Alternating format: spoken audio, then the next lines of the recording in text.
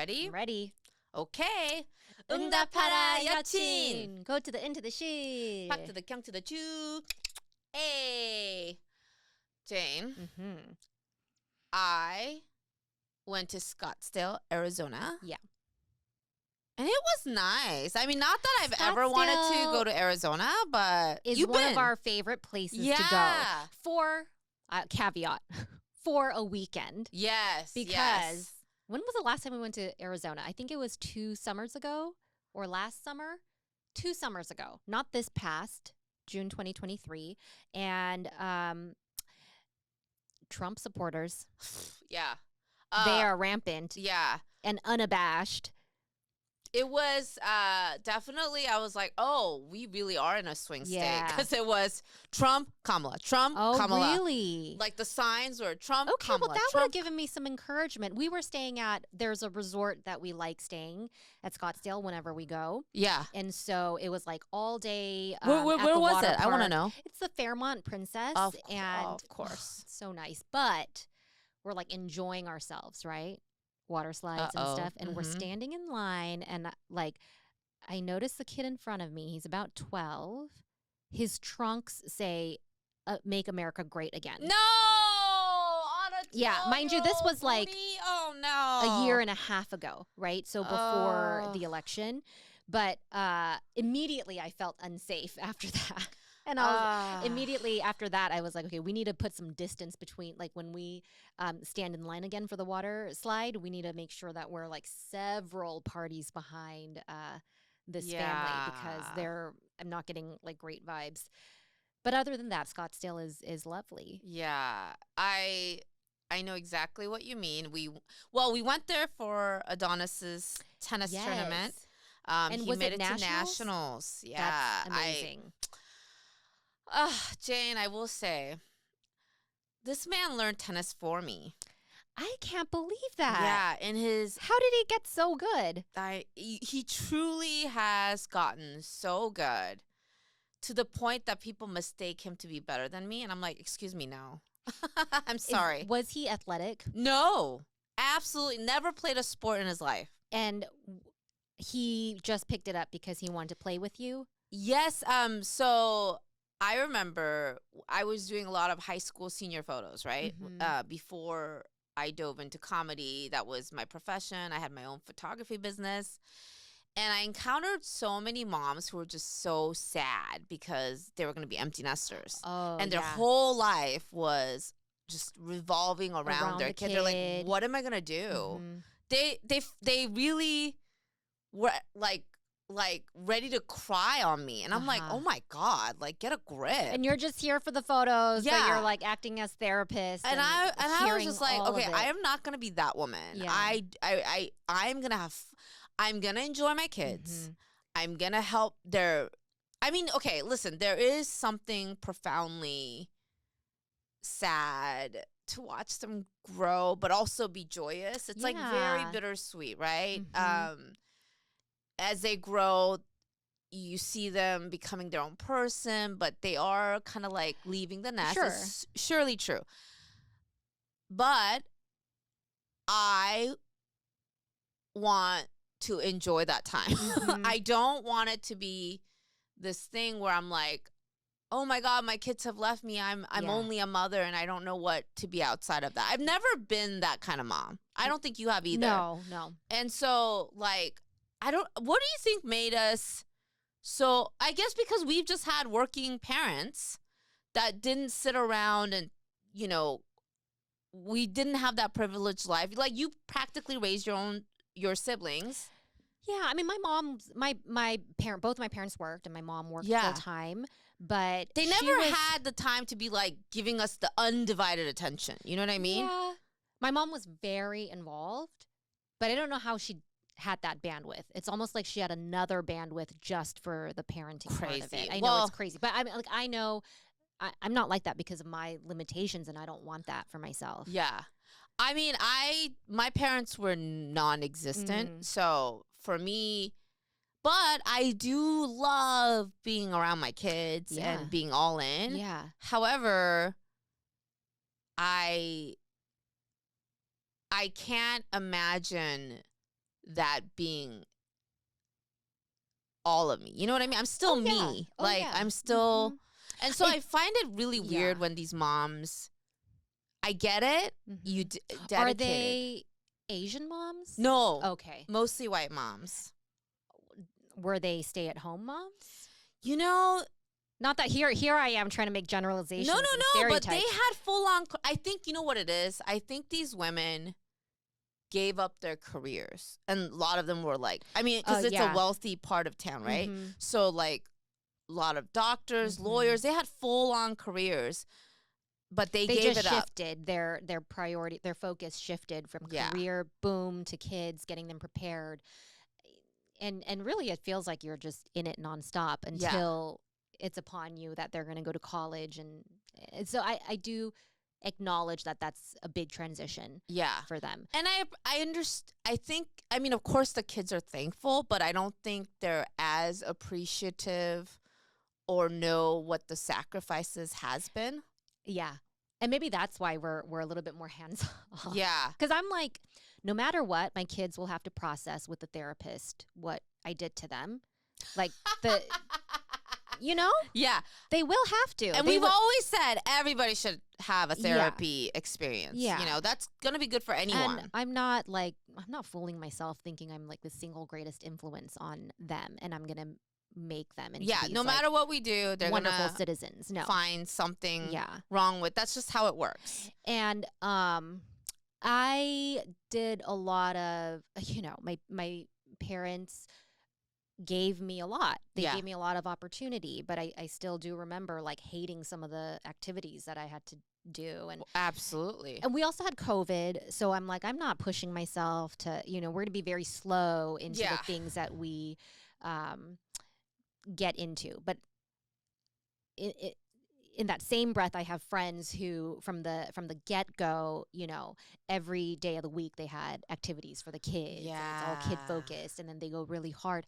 I admire that. It's just not me. I can't. No. I also have, they have like a full-on schedule. Yeah. Me, I'm like, okay, they sat in a classroom all day. When they get home and want to play some video games, I think, you know, they're allowed to unwind. Like, so... is it partly laziness? Yes. I don't embrace it. Yeah, embrace the lazy. I mean, I want my kids to be kids. Yeah. When they're, you know, but yeah, these parents, these moms in particular, a lot of white moms. I don't feel like I experienced that as the Asian moms were like, okay, we just need to get this done. Yeah. they were, I think we're very practical. I feel like they do not sit around. You know what I mean? Yeah, like, there's no time. Yeah, once the kids are in college, then that's another chapter, and it gives them, now they have time to golf. And it really is. Do something else that they enjoy. They are busybodies. They have ways to keep themselves busy. So seeing that, I remember distinctly coming home one day and telling my husband, I'm not going to be one of these moms that are going to be like, I think part of it is that I did recognize I am sad to see my kids grow up. But I didn't also want to be swallowed by that. Yeah. You know, like, I need to be able to let them go and be their own people. Yeah. And I think I felt that there is a sadness in me, but I want to be on top of it. Like, sure, I will be sad. And, you know, like, just, it's like that book. That book always makes me cry. You know, the one, Forever. My baby, you'll be. I Love You Forever. Is that what it's called? Yeah. Love You Forever, Like You for Always. Yeah. Makes me cry. Yes. And I cannot get through that book without crying. So it's like that, right? But at the same time, like, I want my kids to be free. And, you know, like, I don't ever want them to feel... That's also why we save so much, because I don't want them to worry about us. Like, we'll be able to take care of ourselves when we're old. I told my husband, like, we need to make sure. That's the best gift that you can give your kids. I don't want to give, I don't want to be a burden. And the other thing is, and I want us to, like, enjoy life and go collect our little tennis trophies. I want to play tennis with you. Yeah. I want that to be our thing. So I told him that. I said, we're going to be too busy going around the world traveling and winning tennis tournaments together. Were you already parents when you said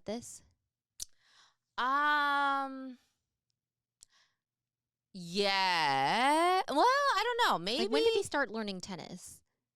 So it's been about 8 years. Only. Yeah. So Sawyer, like when Sawyer was a baby. When Gavin was a baby. When Okay. Gavin was 2, maybe Okay. Sawyer was coming. Or I think when we just had Gavin. Okay. And I said, yeah, I want us to do our own. I want us to do our own couple thing. Mm-hmm. I don't want you to just see me as mother of your children. Yeah. I am always going to be your wife, your partner in life. Mm-hmm. And we need to do our own thing. So he started taking tennis lessons. And now, because he also learned, like, the more, you know how, like, sports gets updated? Mm-hmm. He learned, like, now it used to be the way I hit was, like, very flat, but now they have top spin and all this stuff. So he has the best form out of everybody. Wow. Because he learned later the proper way. Sure. Nobody looks at my form and goes, wow, that's amazing form. I look like, the back in the 80s wooden racket tennis. Yeah. Because that's who taught me, my dad. Adonis also strikes me as somebody who likes to do things the proper way. Yeah. Yeah. So, and that's why I couldn't teach him, because he asked me to teach him tennis. And he was like, wait, so how should I be holding my racket? I'm like, bitch, I don't know. just hit the ball. Like, just try to hit the ball. Yeah. And then he came back after. I was like, I don't think I can teach you. So then he goes to his first lesson and he comes back and he goes, did you know that there actually is a proper way to hold a racket? And when I asked you, and you said I was so dumb for asking that, and I was like, okay, fine, you win. Mm-hmm. But yeah, now he's a great player. He's still below my level. I'm a 3.5. There's ratings, and he's a 3.0. Okay. But he and his team managed to get to nationals. So it's actually quite. They said there were over like 650 teams. And they were in the top 10, and then they placed 3rd in the whole country. Wow, that's amazing. It was fun. Was this the first time they went that far? Yeah. Wow. Oh, actually, well, he always likes to brag, like, I've been to nationals before. It was for the mixed team, but he didn't play. He captained it because we couldn't, we were busy going to Hawaii and stuff, so he ended up just captaining. Okay. But this is the one that he played and won the deciding court to place 3rd. Amazing. So I'm very proud of him. Yeah. And it was really proud. They call me the team mom because I got snacks for everybody and I got into that, like, what does my team need, And so they're like, Ellen, you're like a member of the team. I'm like, of course I am. So it was really cute. And all the guys were so nice. Mm-hmm. You hear horrible stories about teams going to nationals. This is where they combust because people get greedy about how much time they get to play. But the team was very united and, like, we're going for the team win instead of, like, individual win. This is about, as a team, going as far as we can. So everybody knew, I think, for the most part, the sacrifice. So it was just, like, really nice to be around that team atmosphere. Yeah. Although one of the players did have a little boy. One of the players had a boy. And it was really cute. It's very, very cute story. How old is he? 12, just like my Gavin. And it was cute because so there's 3 doubles courts and 1 singles court. So you have to win. No, sorry. 4 doubles courts and 1 singles court. And the player was a singles court player. So he played every match. And his little, he only brought his little 12-year-old son. So they were like, it was like a father and son time. It was very cute. I'm like, oh my God. And, Gavin could give 0 fucks when his dad's playing. We're like, you have to watch. He's like, oh yeah, I care. But no. This kid was glued to his dad's every move, watched him play the entire time. He wasn't on, like, our kids would have to have their screen time with their video games because they'd be like, this is boring, even though they play tennis themselves. But this kid was like, okay, we're up 2-5 or 5-2. Oh yeah. If he gets the next game, he was like calculating stats everywhere. At first, it was really cute. I was like, why can't Gavin be more like this? Why can't Gavin pay attention? But by like day 2, I was like, this kid needs to shut the fuck up. And I adore him. I do. But I'm like, oh my God. Because, like, he would be like, okay, this court needs to win. And like, but the team could hear that, or the players that were playing, and one of the courts. And they were taking him seriously. Yeah, because he's reporting everything. Okay. At one point, I even said, hey, some players can't know if they are like the deciding court. Like if the other courts are losing, then they'll feel. Some players play better with that pressures, but a lot of players don't. Most case, they shouldn't know. They should just be focusing on what's happening on their court. But if you distract them, and that's exactly what happened. One of the players even said, like, yeah, that little kid, like I could hear him saying, this is the decider court.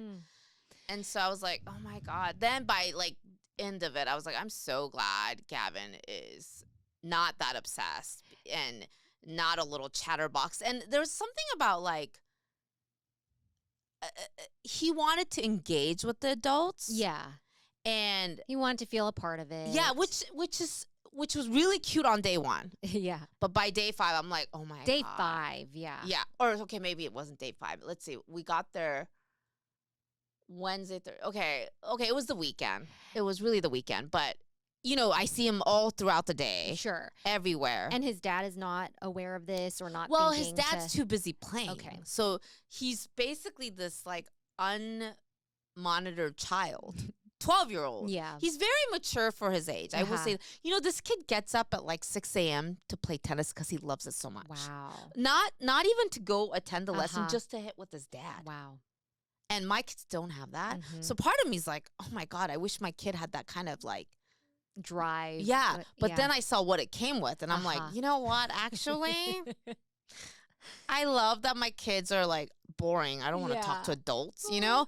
I used to think like, that's what I wanted. And then I see it like 24/7. I'm like, you know what? I'm glad my kids think what we do is boring and they want to go play Legos and do their own thing. I gotta be careful what you wish for. Yeah. I really got a good taste of that. So you did take it upon yourself to say a little something to him.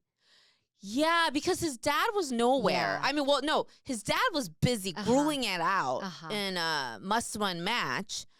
His dad was always being counted on to win. So basically, so that was a beautiful thing. I think, especially because the team is mostly Asian, there's sort of like a communal understanding. Sure, and so, and there was no mom. Mom was not for the trip. You're the team mom. Yeah. So I said, hey, and I did it as gently as I could. I'm sure you did. You know, I always recognize, like, you know, how would I want someone to talk to my child if he was acting a certain way? I would want someone to be like, hey, this isn't the best way to go. So I pulled him aside and I said, hey, you know, players may not want to know, even, and then, but it's, in one case, the player had asked, but I was like, you know, it's best not to say anything. And then later in the last match, he was like, we're going to win. He spoke so early. And I was like, dude, this is just the beginning. This is a long, and we lost. And he was going around like, why are you looking so somber? To me directly. Why are you looking so serious? We're going to win. You know, we're going to win. And I'm like, okay, calm down. Yeah. You don't know. And then one of the other moms, she has an older kid that came along. I think her daughter was like 15, or her daughter's like doing her own thing. And she was like, don't say that. Like, my husband just like lost the last match and he should have won. They were winning. And so he was like, oh, you know.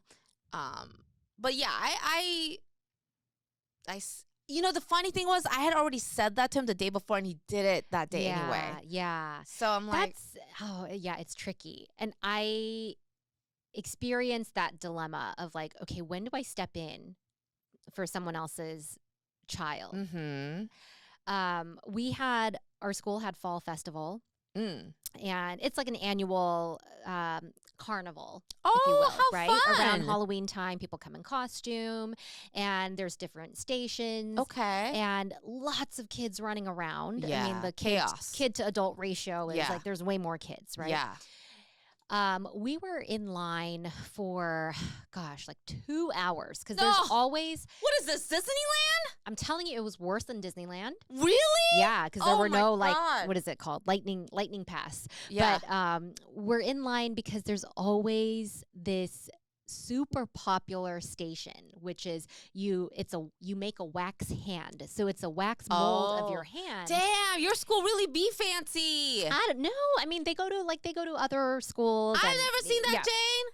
Well, it's a fundraiser. it's a PTA fundraiser. Yeah. Okay. So you pay admission, but once you're in, it's free to get this wax hand. Yeah. And it's always the most popular station. And we've never been able to do it because the line gets crazy and you have to do it one at a time. And the process is like you dip your hand in water and then wax, water, wax, and then you color it. Okay. Quite a process.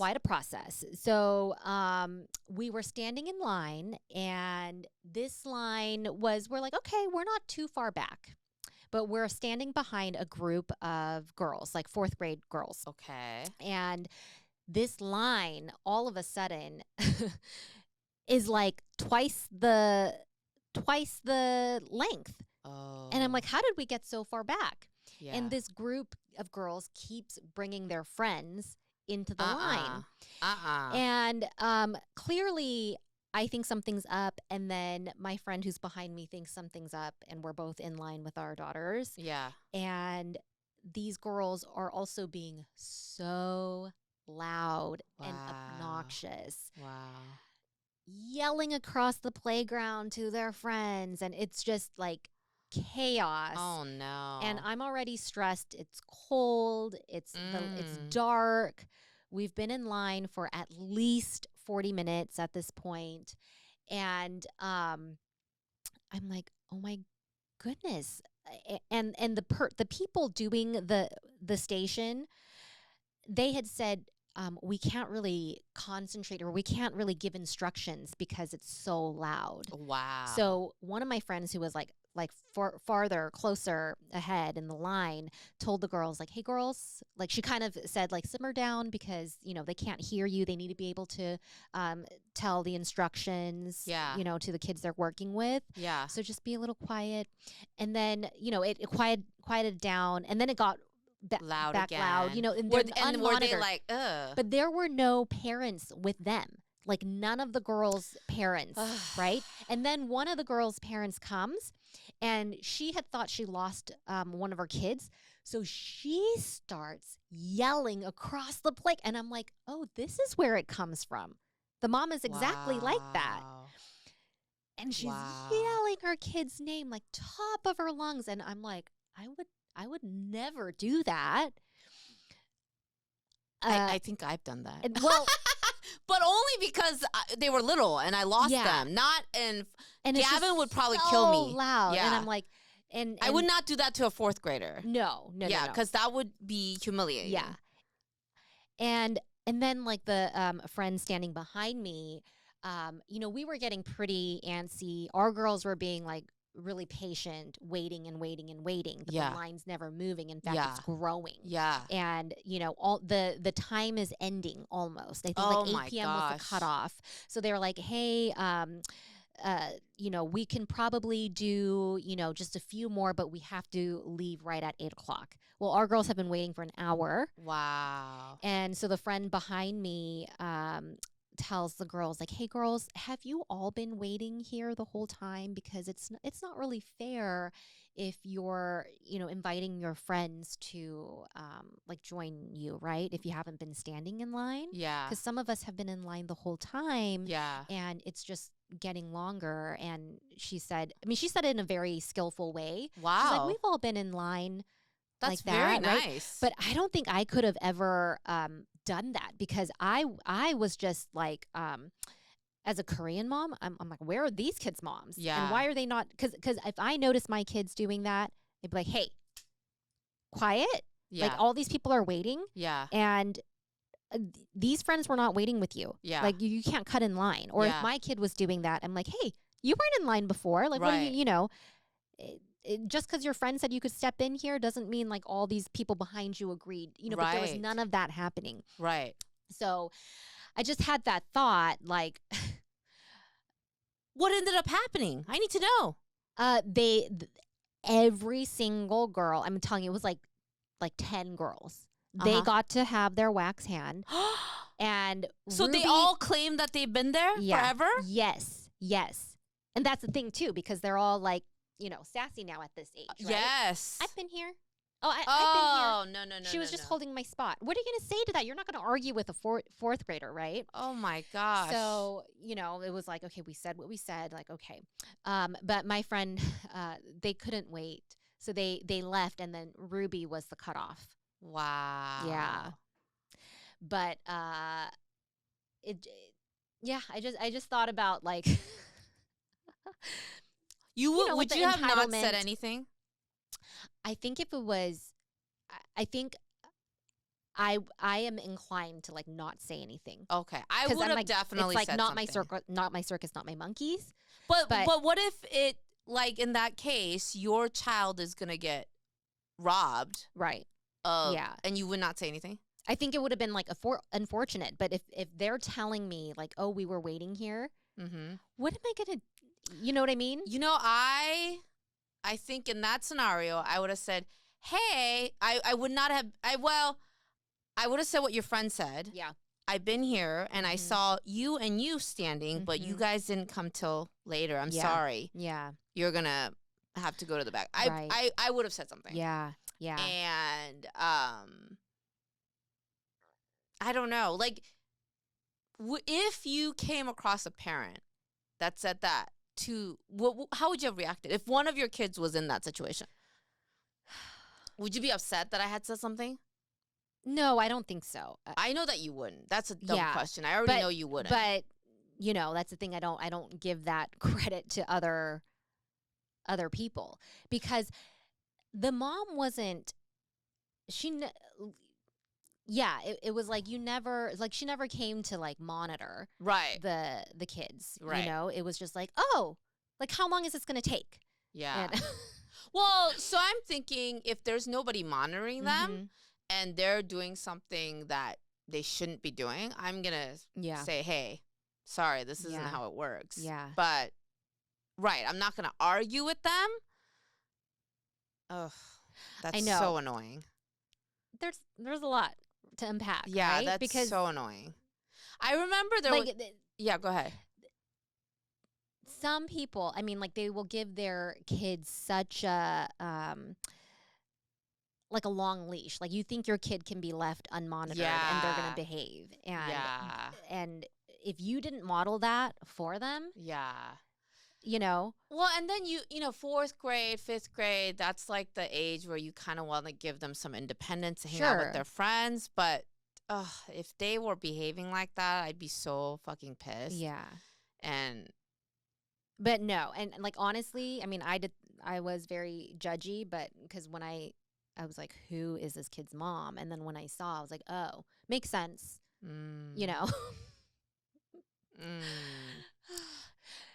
There was did I tell you about the McDonald's incident one time? I was sitting at McDonald's. I think my kids were playing, and my kids are very... God, it makes me more thankful of my children in stories like this, because they don't really, like, cause a scene. They like, they like to calm. maybe they get heated between themselves, but they don't really get, like, out of hand with other kids. So I was at McDonald's and there was this kid that was going around, a white child, just yelling at other children, and making kids cry. Now my kids, they're in their own little world. They don't pay attention. And then I think there was a Mexican family, and they had a little girl, and she started crying. And he was doing it in such a way, like, he was really out of control. So the Mexican mom was like, hey, stop. And then her English was limited. Yeah. Stop. No, don't do that. then this white mom comes out. I don't know. I'm like, where have you been? She didn't do anything. Yeah. She let her child go like wild. Hey, you don't yell at my kid. Oh, no. That's my child. Oh, my gosh. And I was like, but your child was wreaking havoc. Yeah. And like, she didn't see that? No. She probably saw it and ignored it because she didn't want to deal with it. And now, only when some other parent has to parent, now you're like, I saw you. You don't dare touch. Yeah. Oh, I think she, like, held his arm. And maybe that was a little bit, like, no touching. Yeah. So it was like, but it wasn't like she was manhandling the child or anything. But she was really offended that her child had been touched by the wrist. Yeah. Because he was about to swing. Yeah. So she was like blocking him, like, hey, don't do that.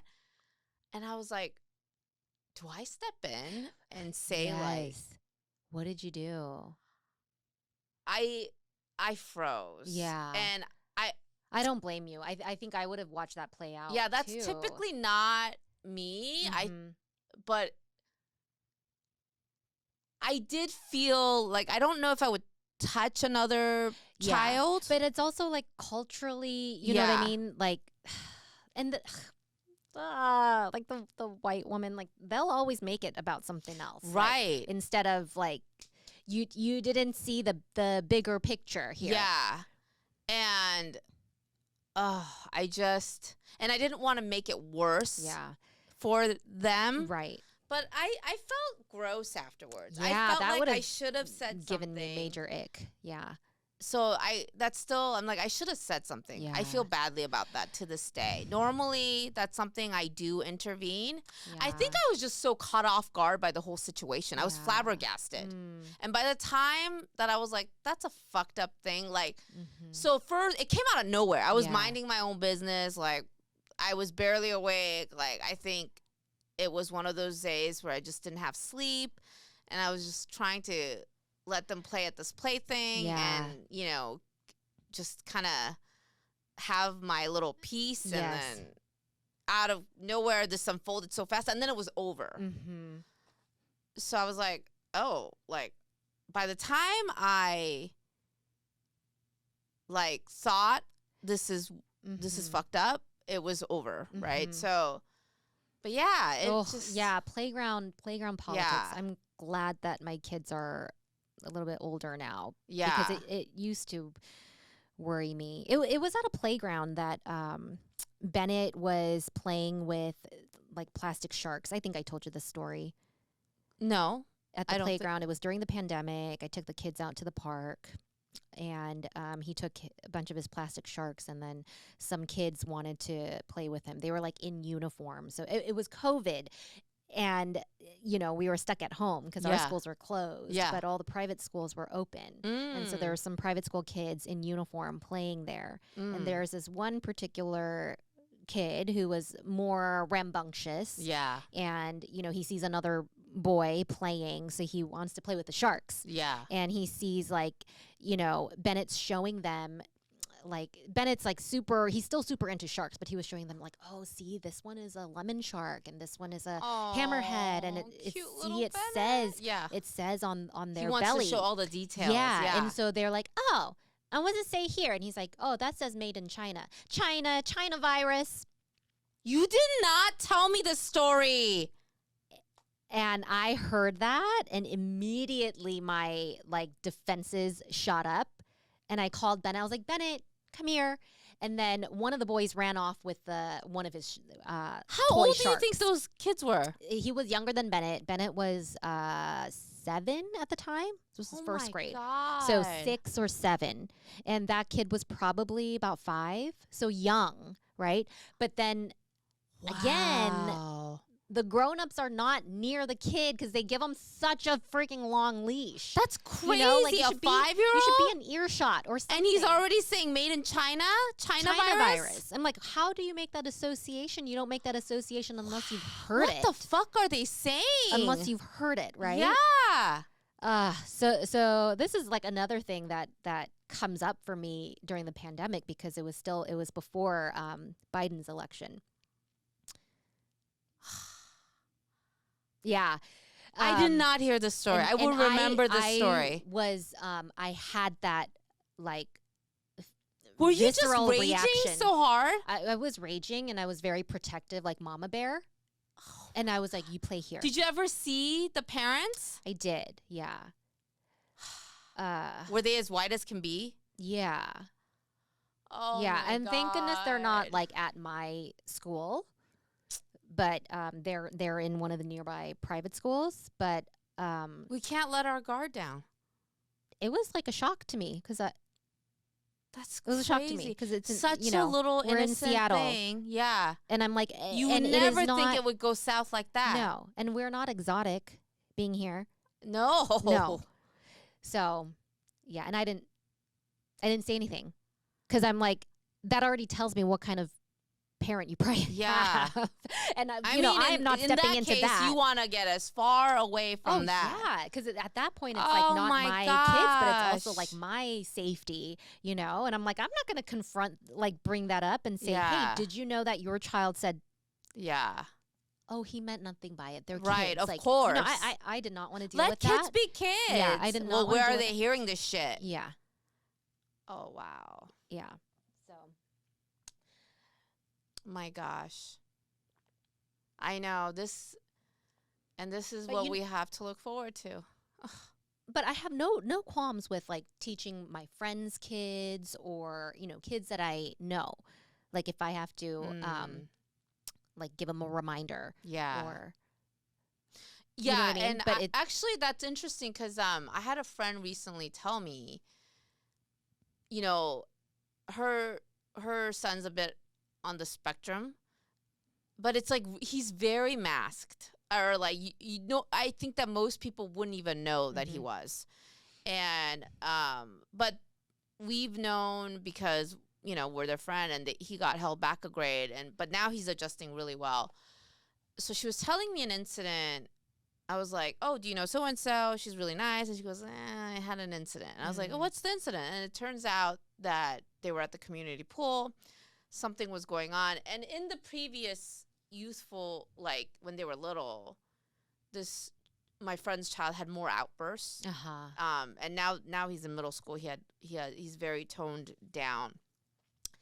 But this other mom was like, her kids came to the pool later and they were like wanting to play in the area that my friend's kids were playing. And so my friend's kids, he was there with his cousins, and the cousins were like, well, we were here first. You're just going to have to wait your turn. And so I guess they got into a little thing. And so then I know both of these moms. They're actually both my friends. And so the second mom was like, hey, you know just how he is. She was like making like emotion, like that's just. So then my best friend, so one is more like a friend and then the other one's my best friend. She went up to them and said, is there an issue? Like, are you good? And then she's like, oh, you know, I was just telling the kids, you know, sometimes like your son says things. And then my friend was like, what did he say? She goes, you know how he is. And just made this like generalization, right? But the thing was, she hadn't seen him in like years. Okay. So she's referring to when they were like first or second grade. He had a reputation for being sort of like the problem child at school. But now he's like middle school, right?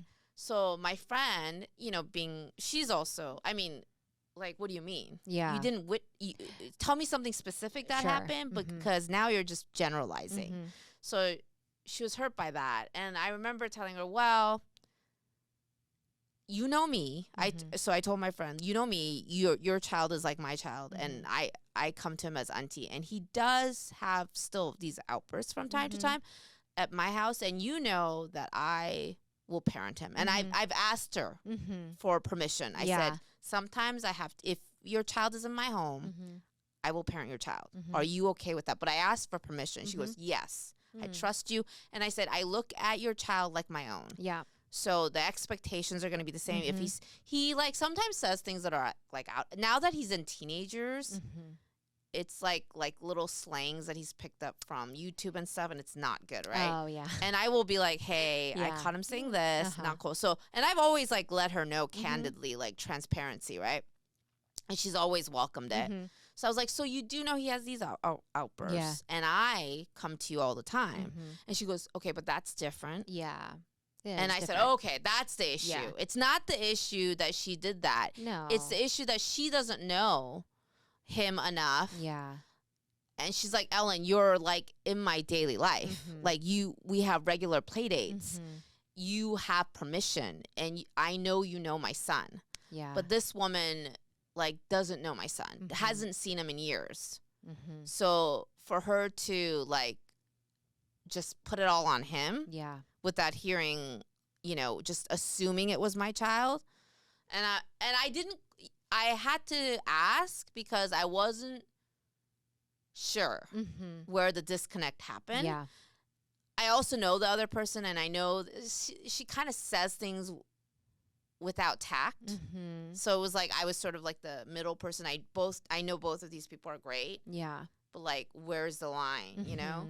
And so then talking with my friend, she's like, I'm not comfortable with someone. And, you know, of course, as she's had to defend and be a protector to her son when nobody would advocate for him, right? Yeah. So I had to clarify, though, because I wasn't sure. I was like, oh, because I was questioning myself. I've said those things to you. Right. But you don't get upset with me, I hope. Yeah.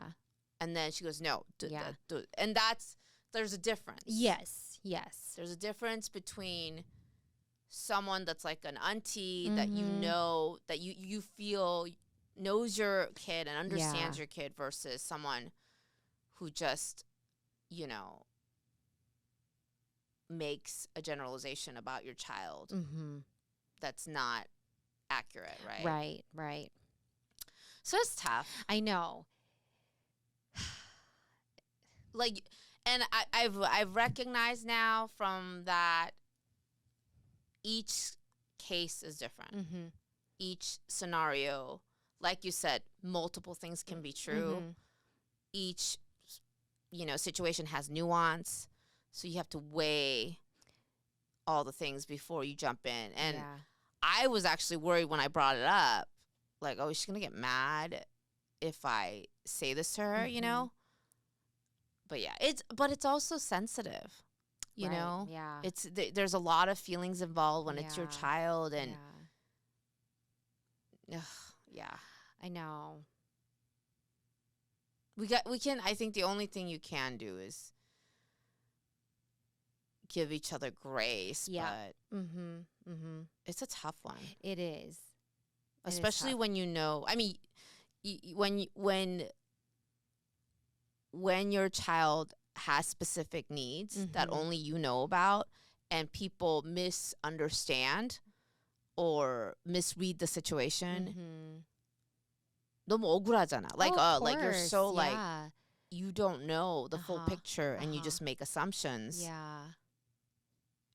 And I think the other thing was that he has made such strides in behaving so much better. Yeah. But people still have that old impression. Yeah. I feel for her so much, because it's like, damn, it's already hard enough to raise children, but to have those extra, it's the same way I feel about you, the way you deal with the extra layers. I guess I guess the best way is, you know, like you said, give grace, allow grace. They're children, not adults. And then when it comes to like parenting, it's like, okay, how would I feel if this was my kid? And how would I want like an adult observing this behavior to address that or not address that, you know? And then there are different situations where you feel like, okay, I have the trust here between like their parent, or like I'm in a public place, in a public situation. Right. And you have to weigh the, you know. Yeah. Is it going to be beneficial if I step in right now? Yeah. Or and I think, you know what, now I feel a little bit better actually now that I just shared that story. And now going back to the McDonald's story, now I'm feeling like I'm better that I didn't intervene, because there's nuances that I might have not picked up on. Yeah. You know? And Also, that's true. Yeah. That's true. For us, after that fall festival event, as we were coming home, like that was a conversation that we had. Like, if you're like waiting in line and there's no parent there, Yeah. and you know, you want to be aware of other people in line behind you. So even if you want to stand with your friend, good learning moment for the kids. So I was like, okay, even though, because I was like really annoyed, because I'm like, mostly I was like, I don't want to get sick right now after like standing outdoors, for an hour. Yeah. But I had to let the kids know, like, this is more than just about being annoyed. It's like, you know, you guys, if we're not there with you, like, you need to respect other people around you. That's great, because you took it as a, don't inflict this on someone else. Yeah. You know what's really interesting? To tie this all together, there was a TikTok that I saw on a grown woman in her 20s and saying, you know, I learned this way of money doesn't buy happiness. And she was talking about going to Knott's Berry Farm with her friends, like 20-something, whatever, right? And one of the friends had money where they would buy a fast pass. Oh, okay. But none of the other friends were like, well, we're not going to buy the fast pass. But this person was like, okay, that's fine. I'll let you guys do your thing and I'll just ride it twice. Well, and then this person was like, you know what? But as grown people that are on a budget, whatever, for us, it wasn't not like fun. We were standing around, but we were like talking to each other and getting caught up in each other's lives. So this person, because they couldn't find the patience, missed out on these like conversations and all these happenings.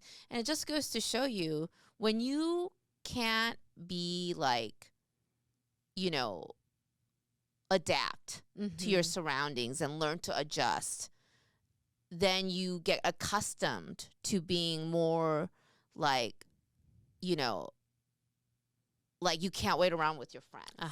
And I was like, I never would have thought about it like that. Like that inconvenience actually is a teachable moment. And the same way you took that moment to say to your children, hey, this is a great way to know how to not behave.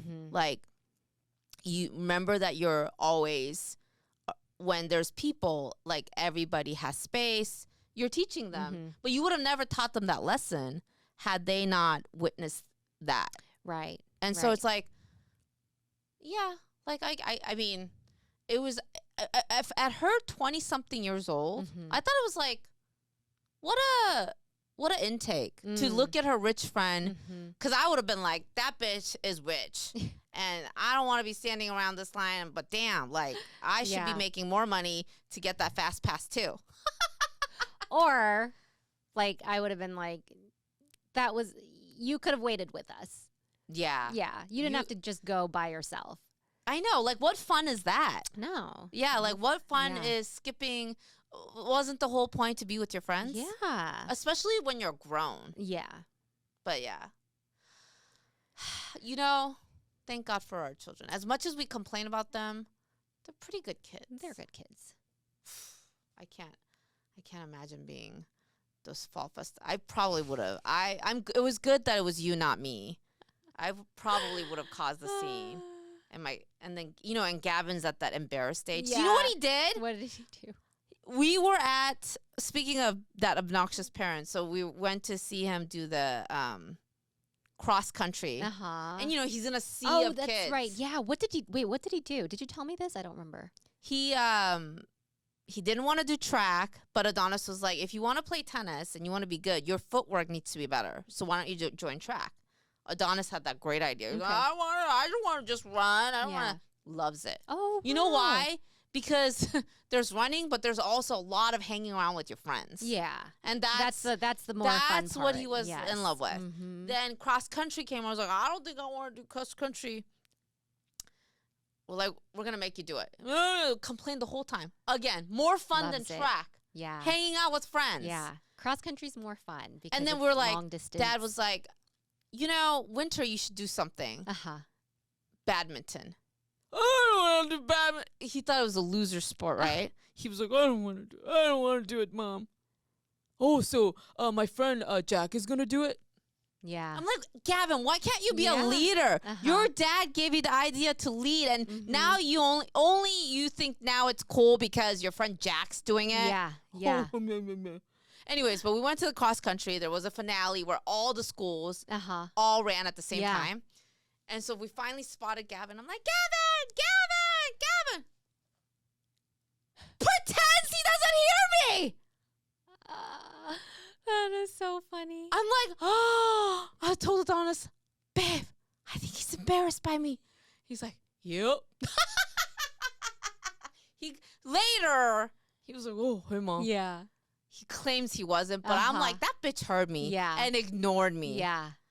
So we're there now, Jane. Wow. You know? Got to prepare for that. All that that driving them around, all that shit you do for them, and they don't even want to acknowledge you. The lesson here is just like, play tennis, you know? Go find something to do because exactly. Yeah. Exactly. Don't make that your whole worth. Yeah. Because you'll be disappointed. Yes. Yeah. Go find your things to do that don't involve your children if you have kids. Exactly. That's the takeaway. Be your own person because they're going to be their own They're going to be their own people and they're going to leave you. Yes. So don't be standing around inhaling that dust, okay? We don't need them. Yeah. You don't need them. You'll be fine on your own, living your best goddamn life.